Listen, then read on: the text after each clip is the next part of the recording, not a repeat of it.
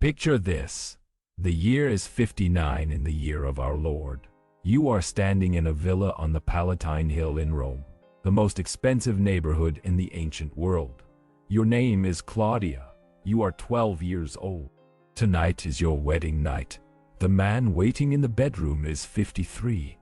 His name is Marcus Aurelius Cotta. You met him twice, once at the betrothal ceremony when you were 10, once at the wedding this morning. Your father is a senator. This marriage secures a political alliance. Your mother has spent the last week preparing you for what will happen tonight, and you are terrified. This is not a horror movie. This is Tuesday in the Roman Empire.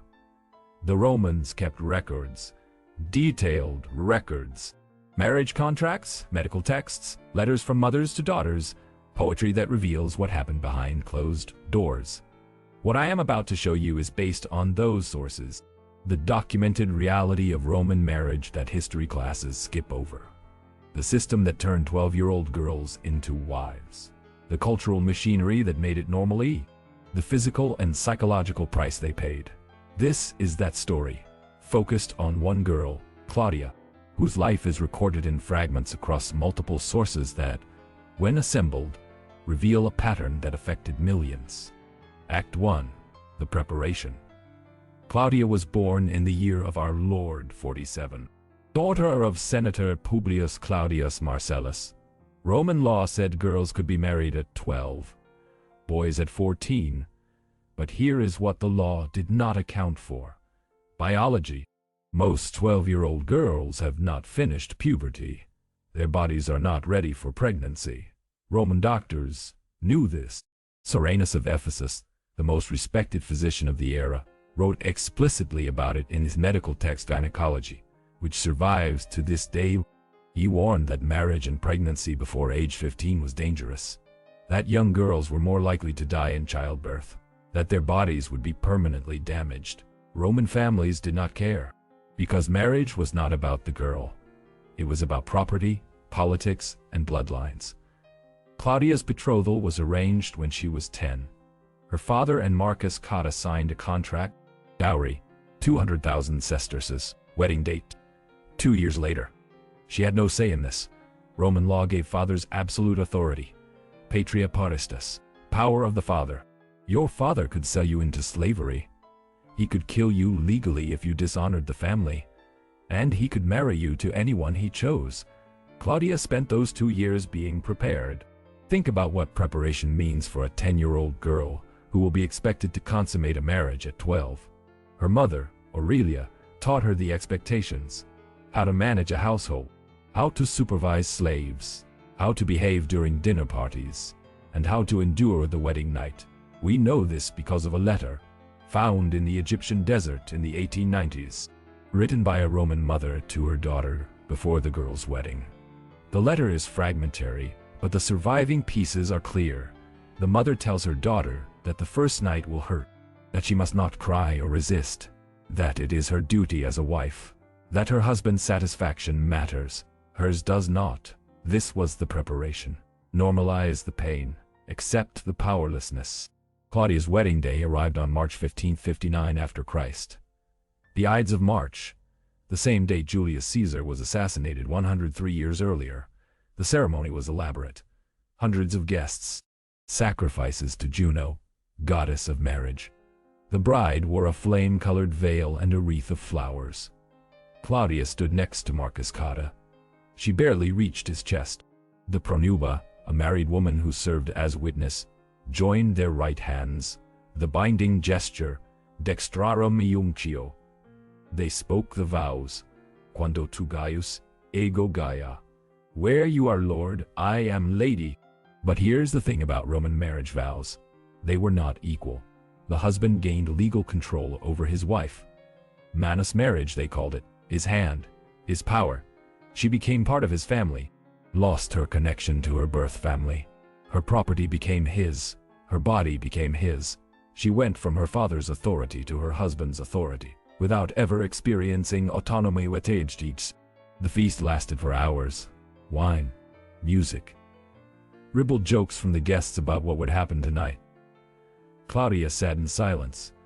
Roman custom said the bride should appear shy and modest, reluctant even, because enthusiasm would suggest she was not a virgin, and virginity was the single most important thing a Roman bride brought to marriage. More important than dowry, more important than family connections. If a girl was not a virgin, the marriage could be annulled, the family dishonored, the girl unmarriageable forever. So Claudia performed reluctance, even as her stomach twisted with fear. As evening fell, the guests formed a procession. They would escort the bride to her new husband's home. The ceremony called deductio, the leading away. They sang the Hymenaeus, the wedding song, loud, deliberately obscene. Sexual jokes shouted in the streets. When they reached Marcus Cotta's villa, Claudia faced the final public ritual. She smeared the doorposts with oil and fat, decorated them with wool. Then she was lifted over the threshold. The symbolism was clear. She could not enter willingly. She had to be carried, taken, like the Sabine women in Rome's founding myth. Abducted, forced into marriage. The origin story that every Roman knew. The guests finally left, the door closed, and Claudia was alone with her husband. Act 2. The night Rome prepared her for. We have to be careful here. This is where history becomes deliberately vague. Roman sources do not describe wedding nights explicitly, but they reference them in poetry, in medical texts, in legal cases about marriage consummation. And when you assemble those fragments, a pattern emerges. Catullus, the poet, wrote wedding poems, Carmen 61 and 62. They are considered literary masterpieces.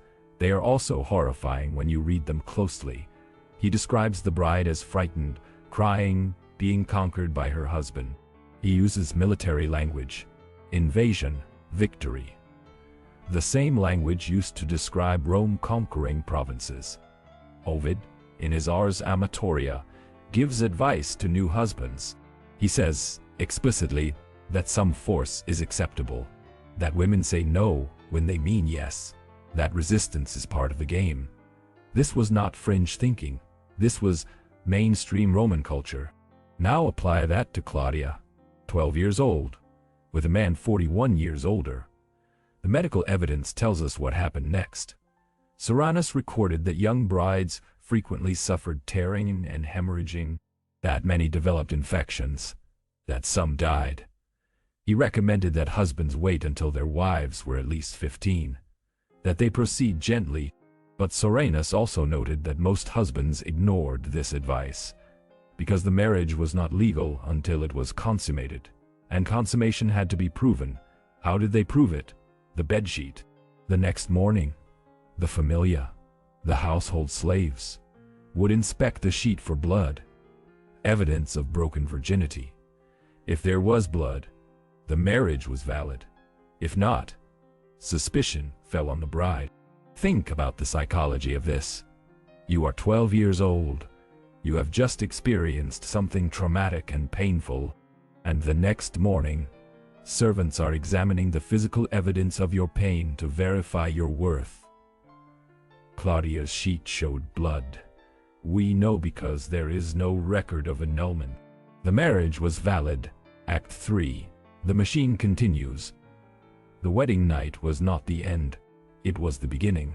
Roman law said a wife's duty was to provide legitimate children, especially sons. Claudia became pregnant within the first year of marriage. She was 13. This is where the statistics become truly disturbing. According to skeletal evidence from Roman cemeteries, young maternal mortality was catastrophic. Girls who gave birth between ages 12 and 15 had a 20 to 30% chance of dying in childbirth. For comparison, adult women faced about 10% mortality. The difference was physical. A 13-year-old's pelvis is not fully developed. Obstructed labor was common. And when labor became obstructed, both mother and baby usually died. Roman doctors had no effective intervention. No cesarean sections for living mothers, no forceps, no anesthesia. If the baby got stuck, the mother would labor for days until she died of exhaustion or infection. Claudia survived her first pregnancy, barely. She gave birth in February 16 in the year of our Lord, a daughter, named Claudia Minor, following Roman naming conventions. The birth took 3 days.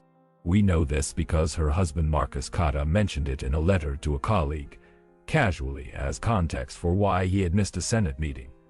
"My wife's labor was prolonged," he wrote. "But she and the child survived.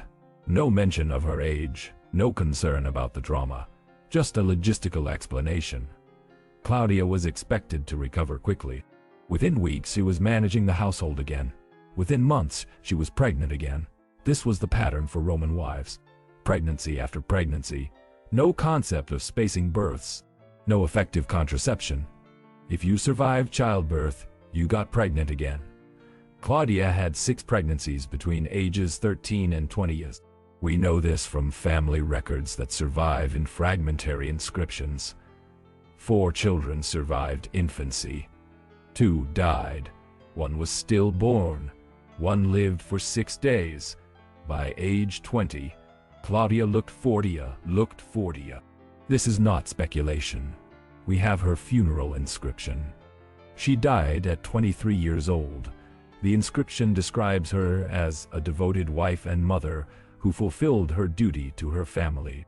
It does not mention that she was married at 12, pregnant at 13, and dead before 25.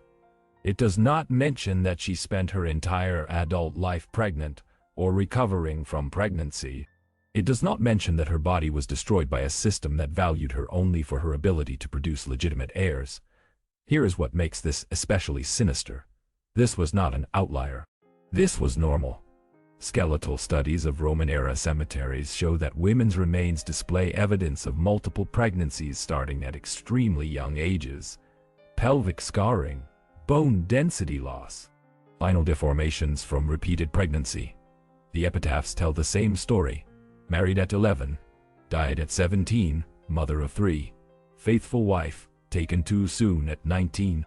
The Romans built monuments to these girls, praised their devotion, called them models of virtue, and worked them to death by 25. Act 4. The system behind the suffering. Why did Rome do this? The answer is strategic, cold, calculated. Rome needed bodies, soldiers, citizens, workers.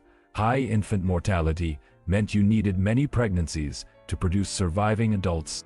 The only way to maximize pregnancies was to start early. Roman law incentivized this. The Lex Papia Poppaea, passed in the year of our Lord 9, gave legal benefits to women who had 3 or more children. Property rights, freedom from male guardianship, tax exemptions. The message was clear. Your value is measured in children. But there is another layer. Political.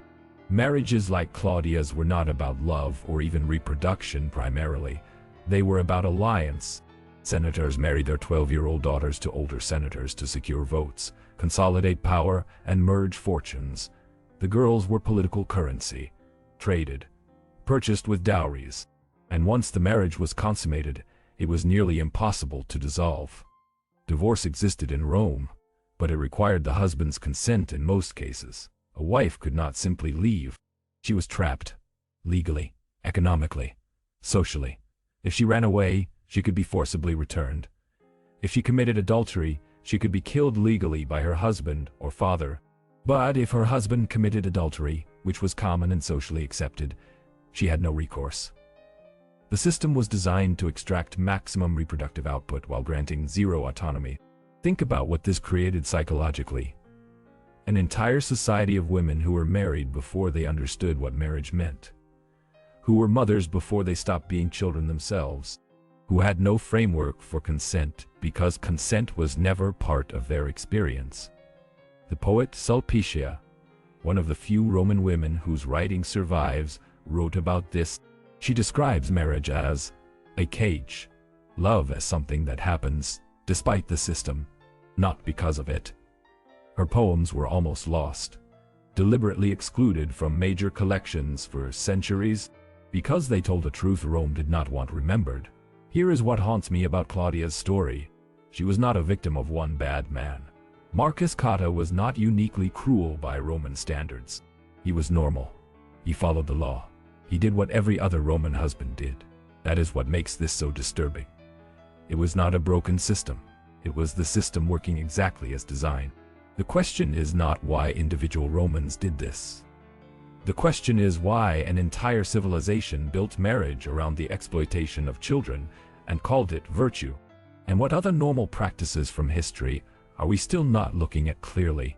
If this moment in history does not move you to learn more, you might be missing the lesson our ancestors died to teach. Claudia's grave inscription ends with a standard phrase: she lived well. By Roman standards, she did. She married appropriately. She bore children. She obeyed her husband. But she was 12 when they took her childhood, 13 when they risked her life for heirs, and 23 when her body finally gave out. The machine worked perfectly. It just killed her in the process. If this revealed something you have never heard before, hit that subscribe button and turn on notifications, because we are going to keep uncovering the history they tried to erase. Leave a comment with your thoughts and I will see you in the next investigation.